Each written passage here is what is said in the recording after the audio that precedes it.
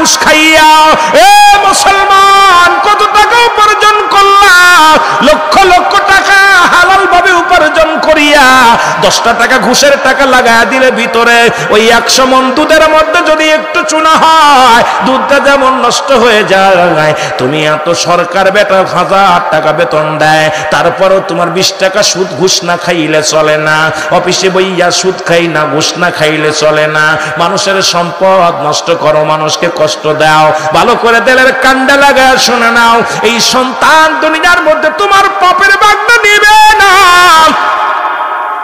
ওই বাড়ি করলা, ঘর করলা, দুনিয়ার মধ্যে সম্পদ উপার্জন করলা, এই দুনিয়ার সম্পদ সব ভাগাভাগি হয়ে যাবে। ছেলে নিবে, মেয়ে নিবে, স্ত্রী নিবে, পরিবার পরিজন নেবে। যদি আপনজন কেউ না থাকে সরকার বহন করব, কিন্তু পাপের ভাগটা সরকারও নিব না। পাপের ভাগটা ছেলে নিবে না, মেয়ে নিবে না। তুমি অন্যায় করেছো, নামাজ ছেড়েছো, রোজা ছাড়ছো, হজ ছেড়েছো, যাকাত ছেড়েছো, অন্যায় পথে পা বাড়াইলা। এই দুনিয়ার মধ্যে যত পাপ তুমি জোগাড় করলা, এই দুনিয়ার মধ্যে পাপের একটা কানা করে বিবি নিবে না রে।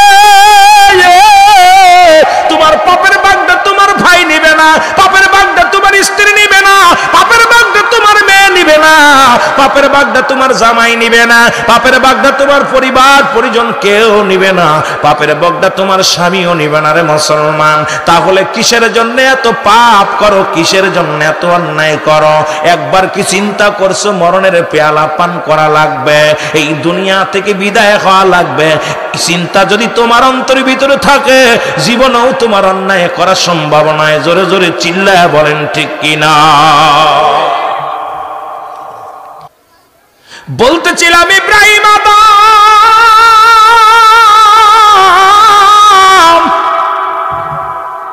উনি এমন ভাবে মুসলমান, মরণের ভয় তার অন্তরে নাই, শরীয়তের বিধান মানে না। চিন্তা করে আল্লাহ তাকে একটা সতী সাথী নারী দান করেছিল। বলতেছিলাম তার বিবি চিন্তা করে স্বামীরে ডাক দে, বলে স্বামীরে আপনার কি মরণের ভয় জাগে না?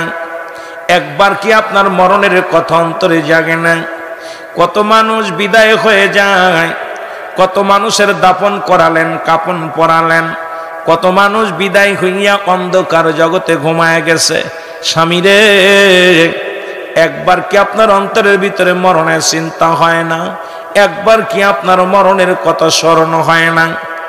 বালকের বাচ্চা ইব্রাহিম আদম কয়, বিবি রে আমার অন্তরের ভিতরে কোনো মরণের ভয় নাই। ও বাবা শুনে নাও, একটু আমার মরণের ভয় জাগে না। ইব্রাহিম আদমের বিবি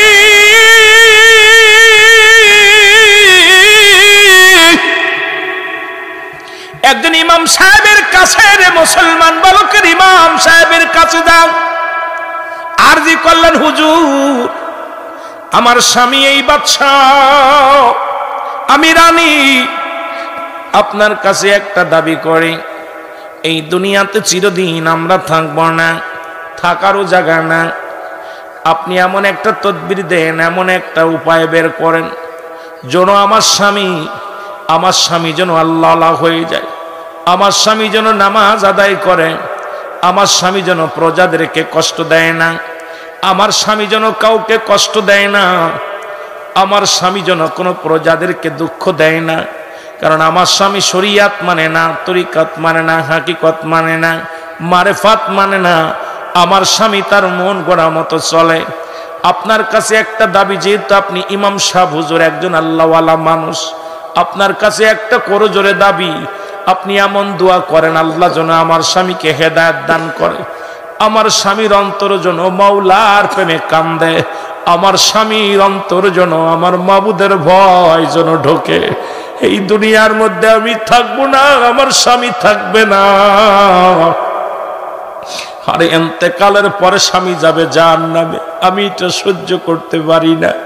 আপনার কাছে একটা উপায় জানতে চাই, আল্লাহ যেন আমার স্বামীকে হেদায়েত দান করে, এমন একটা দোয়া করেন, জোরে জোরে চিল্লায় বলা যাবেন আল্লাহু আকবার।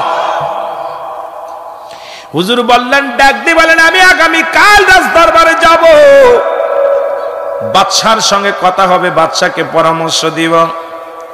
ইমাম সাহেব হুজুর চলে আসলেন বাদশার দরবারে। বাদশাকে সালাম দিলেন, বাদশা রাজ দরবার থেকে ঘরে নিজ কামরায় ফিরলেন। কামরায় ফিরা পর বাদশাকে সালাম দেয় ইমাম সাহেব, হুজুর আসসালামু আলাইকুম। হে বালকের বাদশা ইব্রাহিম আদম, আমি আপনার প্রজা, যদিও প্রজা হয়ে তবু আপনাদের আমি নেতা। যেহেতু আপনি রাজমহলের নেতা, আমি হলাম মসজিদের ইমাম, আমিও নেতা, মহল্লার নেতা। আপনার কাছে একটা দাবি নিয়ে আসছি, আপনি যদি আমার কথাটা যদি আপনি শুনতেন, অভয় দিতেন, তাহলে আমি আপনাকে একটু বলতাম। ইব্রাহিম আদমকে ইমাম সাহেব হুজুর কি প্রস্তাব নিয়ে আসছেন সেই প্রস্তাবটা আপনি বলেন। বলে প্রস্তাবটা হলো, আপনার ভিতরে আপনি অনেক অন্যায় পথে পা বাড়ান, আপনি নিজের গায়ের জোর দেখান, নিজের ক্ষমতার বাহাদুরি দেখান। আপনার কাছে আমার একটা দাবি, একবার কি আপনার অন্তরের ভিতরে মরণের চিন্তা হয় না? এই রাজত্ব ছেড়ে চলে যেতে হবে, বাড়ি ছেড়ে চলে যেতে হবে, সম্পদ ছেড়ে চলে যেতে হবে, এই দুনিয়ার সব কিছু পরে থাকবে, আপনি থাকবেন না। এই মরণের চিন্তা যদি আপনার ভিতরে থাকতো, কোনোদিন কোনো প্রজাদের কষ্ট দিতেন না। মরণের চিন্তা যদি আপনার ভিতরে থাকতো, জীবনে কোনো প্রজা আপনার জন্য চোখের পানি ফেলতো না। যদি মরণের চিন্তা আপনার মধ্যে থাকতো, তাহলে এই রকম কষ্ট পায়া প্রজারা ধুকে ধুকে মরত না। একটা দাবি করি, আপনাকে দুনিয়ার সব ছেড়ে চলে যেতে হবে। একটা বার বসে চিন্তা করেন, ওই মরণের চিন্তা। জোরে জোরে চিল্লায় বলেন আল্লাহু আকবার। মরণের কথা মানুষ, মরণের কথা মানুষ স্মরণ রাখলা না। আজরাইল আসিলে পারে রক্ষা পাবি না।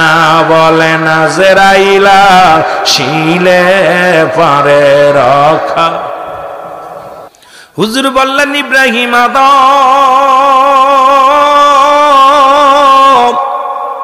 এত জুলুম ব্যভিচার অন্যায় তুমি করো, একবার কি মরণের চিন্তা করো না?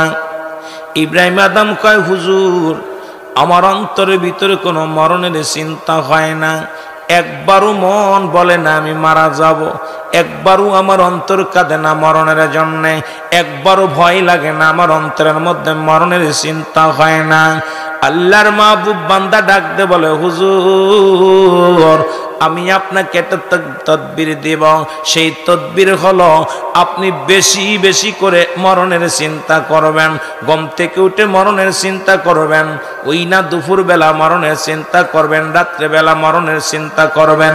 দেখবেন আপনি কোনোদিন অন্যায় পথে আর পা বাড়াইতে পারবেন না। বেশি বেশি মরণের চিন্তা করবেন, একটু বেশি বেশি করে মরণের চিন্তা করবেন। ইব্রাহিম আদম ডাক দি বলে, হুজুর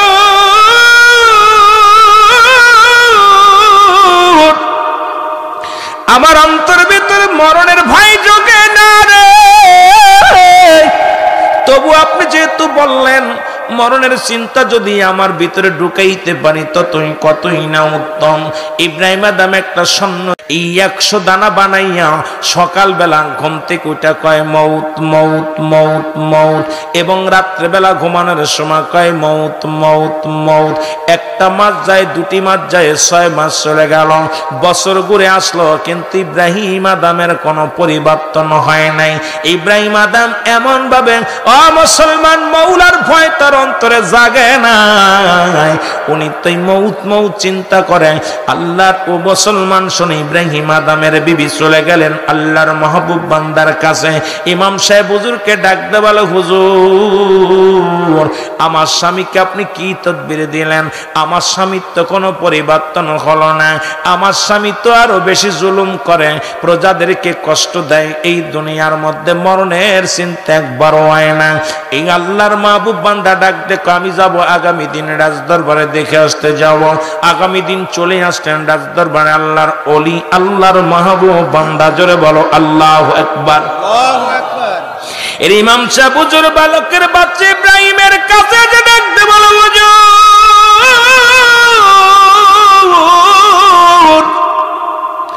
একদিন গেল, 2 দিন গেল, সপ্তাহ গেল, মাস গেল, বছর ঘুরে আসলো, কিন্তু আমি শুনেছি আপনার ভিতরে কোনো মরণের চিন্তা হয় না। আপনার ভিতরে মরণের চিন্তা হয় না। আজকে আমার দেশের অনেক ভাই আছে দেখবেন সুদ খায়, ঘুষ খায়, একটা পা কবরে চলে গেছে এখনো বাজারে গেলে সুবরি চুরি করে, এখনো একটা পা কবরে চলে গেছে পরের জমিন ফসল ফটা খাওয়ায়, দুনিয়ার মধ্যে গরু ছাগল ছেড়ে দিয়ে মাথার মধ্যে টুপি থাকে পরের ফসল নষ্ট করে, আবার নাতিরে বিয়ে করতে চাই লাভ দে বুড়া পা গেছে কবরে একটা, এরপরেও কয় নাতিরে বিয়ে করব, নাতনিরে বিয়ে করব। ওরে মুসলমান শোনো, কারণ আমাদের দেশেও অসংখ্য মানুষ এমনি আছে এখনো তাদের ভিতরে মরণের ভয় জাগে নাই। এখনো যে দাড়িগুলো পাক ধরেছে আমার বুঝি মরা চিঠি আইয়া গেছে, এই চিন্তা তার ভিতরে এখনো আসে না রে মুসলমান।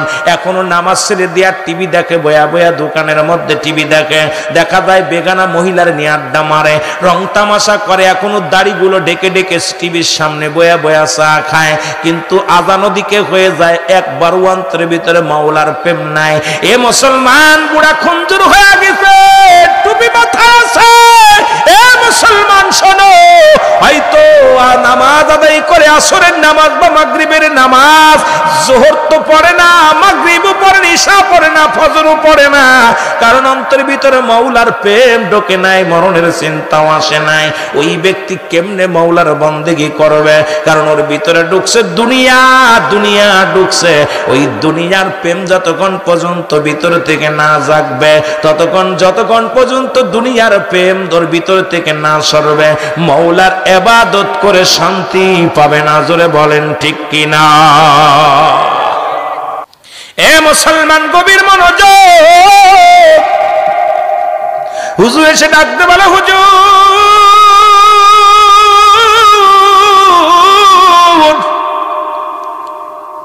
এ বালকের বাচ্চা ইব্রাহিম আদম, একটা বছর তোমাকে বলেছিলাম মৃত্যুকে বেশি বেশি স্মরণ করবা, কিন্তু তোমার অন্তরের ভিতরে মরণের ভয় ঢোকে নাই।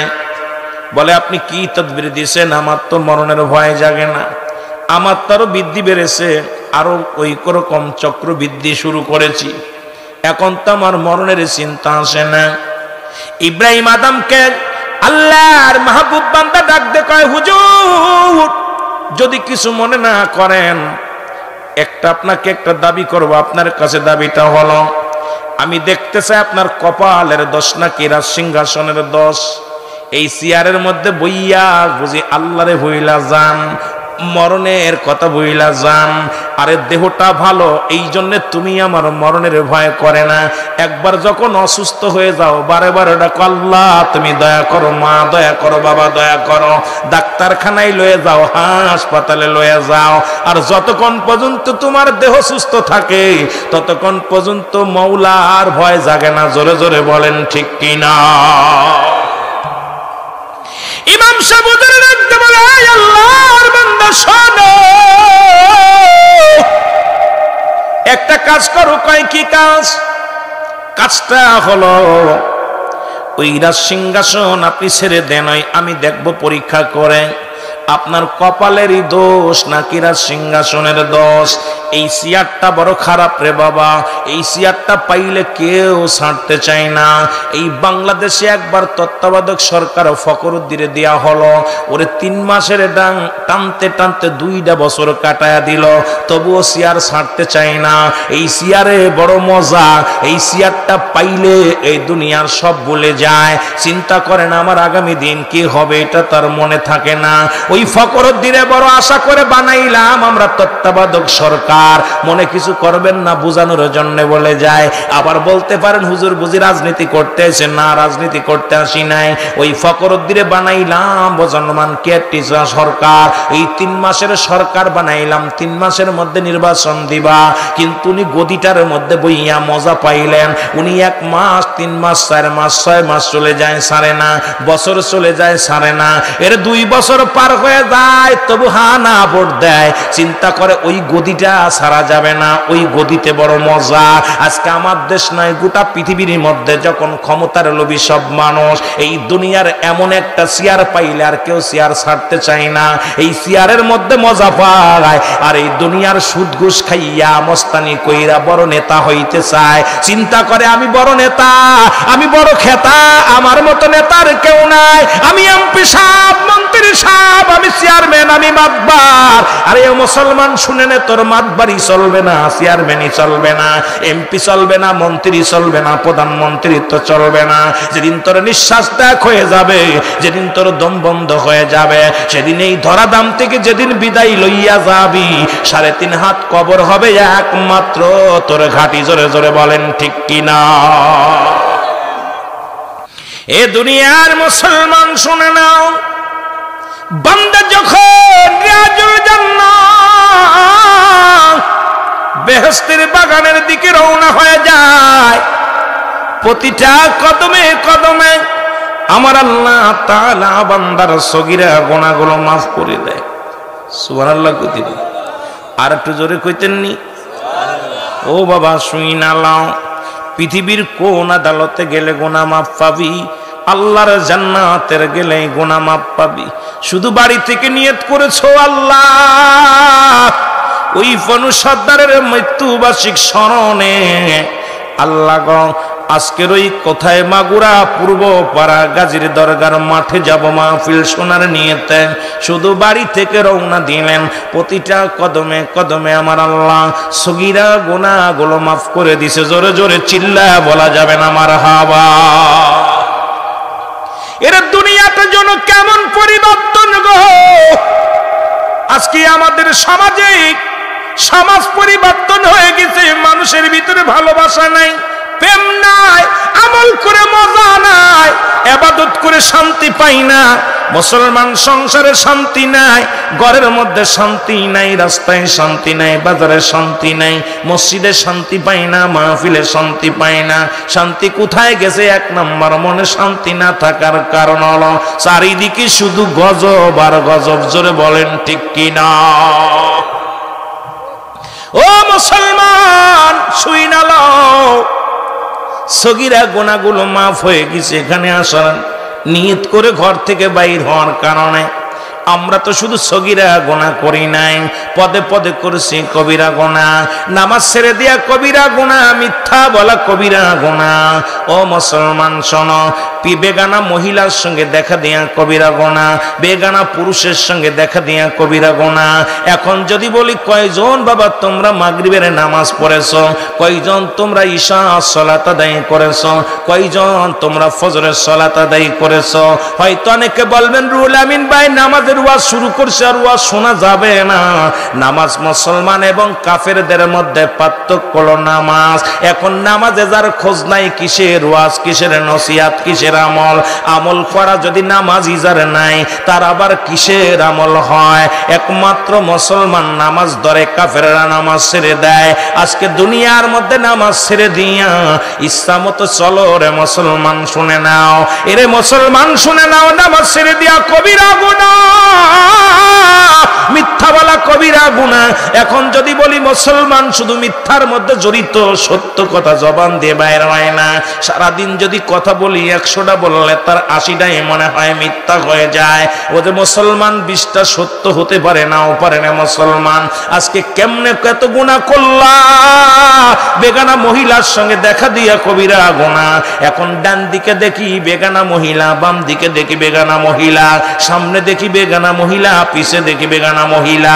এমন যাদের সঙ্গে বিয়ে করা হারাম তাদের সঙ্গে দেখা দেওয়া জায়েজ, যাদের সঙ্গে বিয়ে করা জায়েজ তাদের সঙ্গে দেখা করা হারাম। আজকে সেই হারামটাই মনে হয় আমাদের আরাম লাগে। এ মুসলমান দিলের কান্ডা লাগে, শোনো গো, তোমার জন্য যেটা বৈধ নয় এটা তুমি কেমনে বৈধ বানাও, কেমনে তুমি বৈধ বানাও? এই গুনাহগুলো মাফের দরকার আছে। আল্লামা কুতুবী রাহমাতুল্লাহ বয়ান করে, বান্দা শোনো, কোন বান্দা যখন রিয়াজুল জান্নাহ বেহেশতের বাগানের সংবাদ শুনতে পায়, ওই জান্নাতের বাগানখানা আঁকড়ে ধরে খাস তওবা করে আল্লাহ বলে ডাক দেয়। কারণ কিয়ামত পর্যন্ত আর কোন নবী আইতো না, কিয়ামত পর্যন্ত নবীদের দরজা বন্ধ, কিয়ামত পর্যন্ত কোন নবী আইব না, কিয়ামত পর্যন্ত তওবার দরজা খোলা। কোন বান্দা যখন কবরের ভয়ে, জাহান্নামের ভয়ে গো,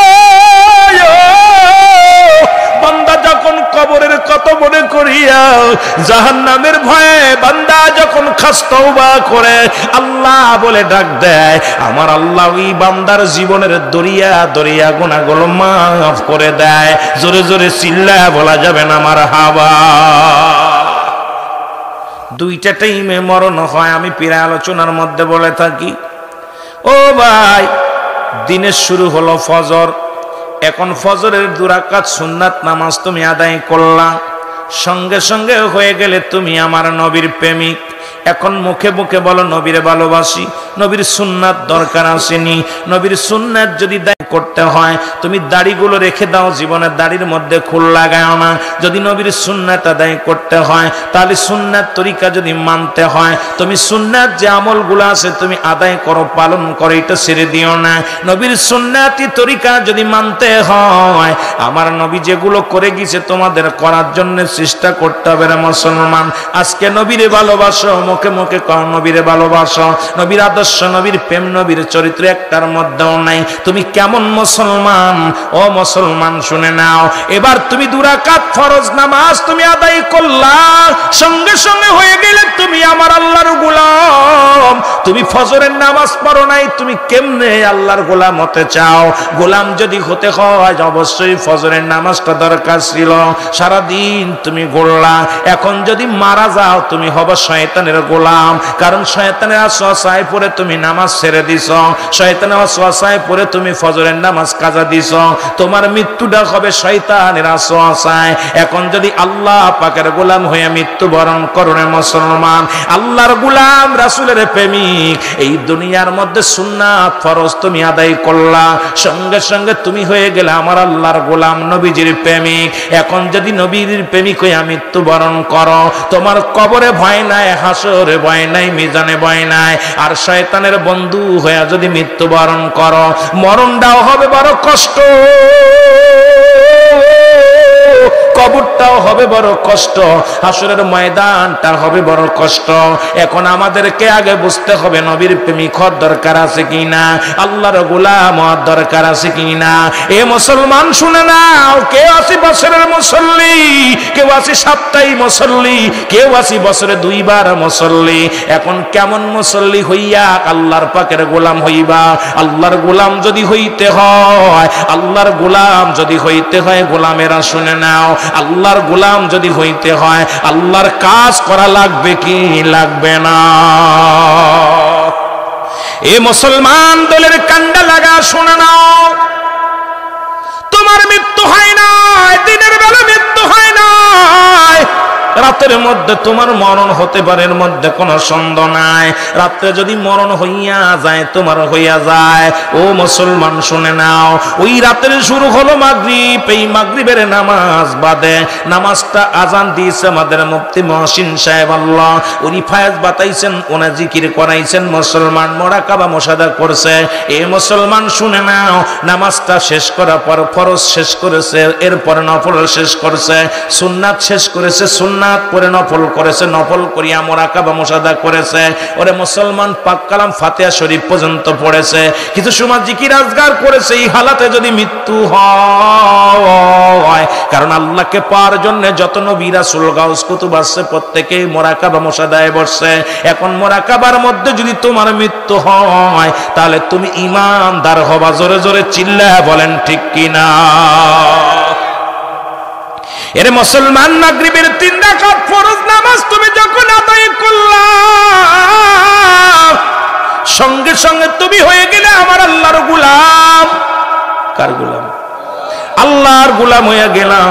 এখন যদি 2 রাকাত সুন্নাত নামাজ তুমি আদায় করলা, সঙ্গে সঙ্গে তুমি হয়ে গেলে আমার রাসূলের প্রেমিক। ও মুসলমান শুনে নাও, এরপরে আবি নামাজ পড়ো আর নফল নামাজ পড়ো, আর যতই তুমি নফল নামাজ পড়ো এই নফলটা তুমি আদায় করবা তোমার ব্যক্তিগত বিষয়, তোমার পার্সোনাল ইবাদত। এই ইবাদত করো, বেশি বেশি নফল নামাজ পড়ো, নফল দোয়া করো, তুমি বসে বসে কোরআন তেলাওয়াত করো, আল্লাহর জিকির করো, আমার আল্লাহ রাজি হয়ে যাবে। এই 3 রাকাত ফরজ নামাজ করে তুমি নবীর সুন্নাত আদায় করিয়া নফলের মধ্যে ডুবে যাও, কত নামাজ তুমি ছেড়ে দিছ, কত না অন্যায় করেছো মুসলমান, কত ভুল পথে পাবার আইছো।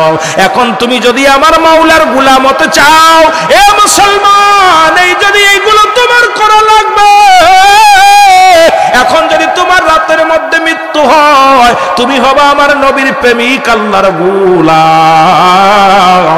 আর আল্লাহর গোলাই নাই, জোরে জোরে চিল্লায় বলেন ঠিক কি না? আমার বাবারা, এই দুনিয়ার মধ্যে আল্লাহ পাক প্রতাপশালী বাদশা বানাইলেন চারজন ব্যক্তিকে। তাদের মধ্যে মুসলমানদের মধ্যে দুজন, কাফেরদের মধ্যে দুজন। মুসলমানদের মধ্যে দুজন, একজনের নাম হলো বাদশা সুলাইমান। আল্লাহ তাকে বিশাল রাজ্যের অধিকারী দিলেন, বিশাল রাজ্য তারে দান করলেন। আর একজন ব্যক্তি, তিনি বাদশা জুলকারনাইন। আল্লাহ তাকেও দুনিয়ার মধ্যে তামাম পৃথিবীর মধ্যে অর্ধ পৃথিবীর বাদশাহী বানায়া দিয়েছিলেন। কাফেরদের মধ্যে দুজন, একজনের নাম হলো মুসলমান, শোনো, একজনের নাম হলো নমরুদ বাদশাহ, আর একজনের নাম হলো বুকতানসর। আল্লাহ এই চারজন ব্যক্তিকে প্রতাপশালী বাদশা বানাইলেন। আল্লাহ তাদেরকেও নিয়ে গেছে, দুনিয়ার মধ্যে রাখেন নাই। কত রাজা, কত বাদশা, ফিরাউন, নমরুদ, কারণ দুনিয়ার মধ্যে আসলো, সবাইকে আল্লাহ নিয়ে গেছে। আপনাকেও নিয়ে যাবে, থাকার জায়গা না, চলে যেতে হবে এই দুনিয়া ছেড়ে। কেন? দুনিয়ার মধ্যে পড়িয়া মিশে মায়ের মধ্যে পড়িয়া রে মুসলমান, দুনিয়ার মধ্যে বেড়াও তুমি হাসি তামাশার মধ্যে ফেরাইলা, একবার কি মরণের কত মনে হয় না?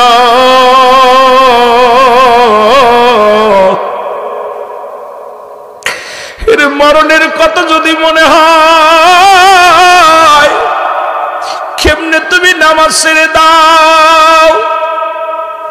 দেখলাম এখন বর্তমান মরা পরে দাদার সঙ্গে সেলফি তোলে, কবরের মধ্যে দাঁড়ায় দাঁড়ায় সেলফি তোলে। মরা মানুষের দাড়ি ধরিয়া সেলফি তুলে ছবি দিয়া বলে আমার দাদা দুনিয়া থেকে বিদায় হয়ে গেছে। হাইরে মানুষ, তোদের অন্তর কেন কাঁদে না? মরণের ভয় কেন জাগে না রে মুসলমান? মানুষের তিনটা বিপদ, নাম্বার 1 হলো মানুষের মরণ, নাম্বার 2 হলো মুসলমান কবর, নাম্বার 3 হলো কিয়ামতের ময়দান। একটার পর একটা বিপদ দুনিয়ার মধ্যে মুসলমান। এই বিপদ থেকে বাঁচা সম্ভব না। দুনিয়ার কত রোগের ওষুধ পাইলাম, মরণ রোগের ওষুধ আজ পর্যন্ত কেউ পায় নাই। এই মরণের ওষুধ এখনো পর্যন্ত হয় নাই। এই মরণ হয়তো 100 বছর, 50 বছর, 80 বছর পর্যন্ত বাঁচবা। টাকা আছে, বিদেশ দেয়া চিকিৎসা হইয়া হয়তো 2 বছর আর দুনিয়ার মধ্যে জিন্দা থাকবা। মুসলমান আমেরিকা, লন্ডন নিয়ে তোমাকে চিকিৎসা করাইয়া হয়তো তোমার আল্লাহ পাক আর 2-1 বছর 50 দিন হায়াত বাড়াইয়া দিবে, তবুও মরা লাগবে। এই মরণের পেয়ালা পান করতে হবে, এর মধ্যে কোনো সন্দেহ নাই। জোরে জোরে চিল্লায় বলা যাবে না ঠিক কিনা? আর একটু জোরে জোরে চিল্লায় বলা যাবে না আল্লাহু আকবার। এ আমার ভাইরা, আমি যে কথা বলতেছিলাম, ইব্রাহিম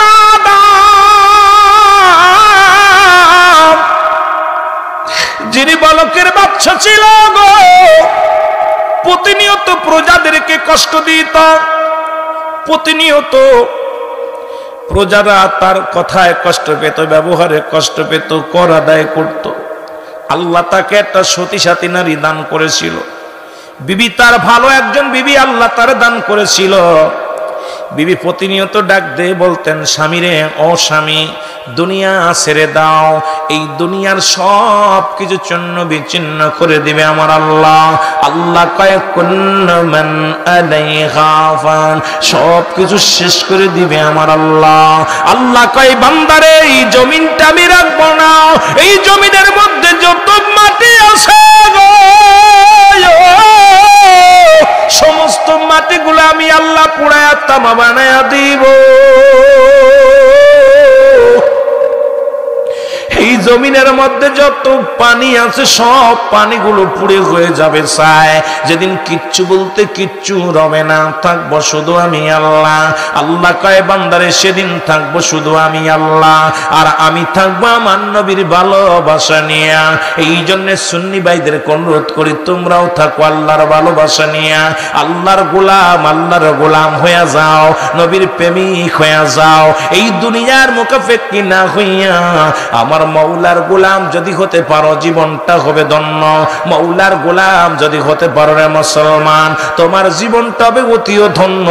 কারণ এই দুনিয়া কাদের জন্য চুরি করো, কার জন্য ডাকাতি করো, কার জন্য তুমি সুদ খাও, কার জন্য ঘুষ খাও, কার জন্য তুমি বেঈমানি করো, মুনাফিকি করো গো, কার জন্য মানুষকে ঠগাও, কার জন্য তুমি মানুষের মাথায় বাড়ি মারো, এই কার জন্য তুমি দালান কোটা বানাইলাও, এই সব কিছু তো পরে থাকবো, কিছুই নিবা না। এই দুনিয়ার সম্পদ খাইব লোকে, তোমার দেহ খাইব পোকে। তোমার দেহটা খাবে পোকামাকড়ে, আর দুনিয়ার সম্পদ খাবে মুসলমান লোকে। এই আপনি সম্পদ করে গেলেন, বাড়ি থুয়ে গেলেন, ঘর থুয়ে গেলেন, সংসার জীবনে কত টাকা পয়সা রোজগার করলা, কত না সুদ খাই